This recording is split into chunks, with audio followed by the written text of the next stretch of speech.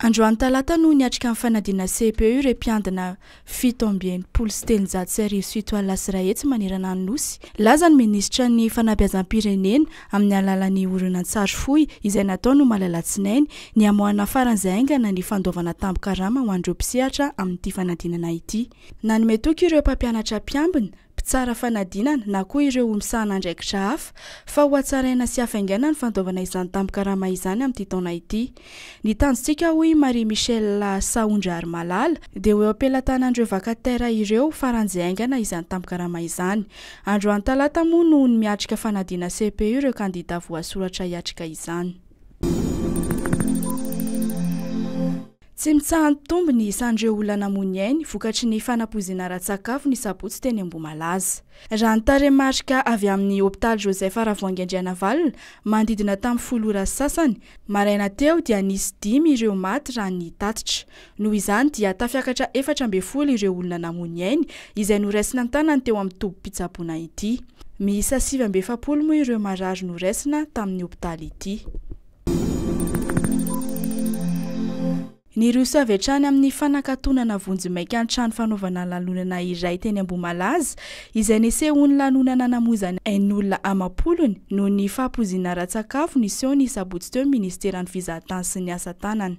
Raha ny voalazan'ity ministera ity dia nidina avy hatrany nanao fitsiriana teny an-toerana ny alatsinainy maraina ireo mpiasan'izy ireo izay nahitana ireo mpitsirika momba ny fizahantany vita fianianana. Mba hialana amin'ity mety hiverena ny tranga sy hitandroana ny fahasalam-bahoaka no nandraisana izany fanapa-kevitra ho fanakatonana vonjimaika izany hoy ny departementa ity. Ny joalajoala ny lelafy teny amin'ny tsena Petite Vitesse malalatsinainy ariva. Manodidina ny tamin'ny 10 ora teo no nanomboka ny firehetana izay niseho tao anaty tsena. Toeram-pivarotana manodidina ny 4 no kilany afo teny an-toerana izay namaizana ireo entam-barotra toy ny fitaovana elektronika sy ny fanamafisam-peo.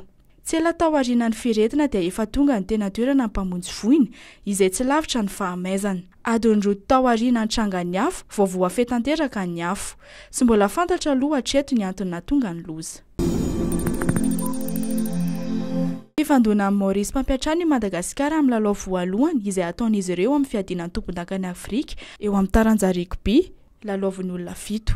Ny asabotsy izao no hiakatra an-tsehatra ny Makilela amin'ny 7 ora sy 12 minitra. Ao aorianan'ny lalao izay iaonany amin'ny Maurice dia mbola isa ihany koa ny lalao roa amin'ny andro io dia ny fifandonana amin'ny Tunisia amin'ny 12 ora sy 9 minitra ary Zimbabwe amin'ny 2 ora latsaka 10 minitra. Ao amin'ny vondrona C moa no misy an'i Madagasikara ary firenena 12 no mandray anjara.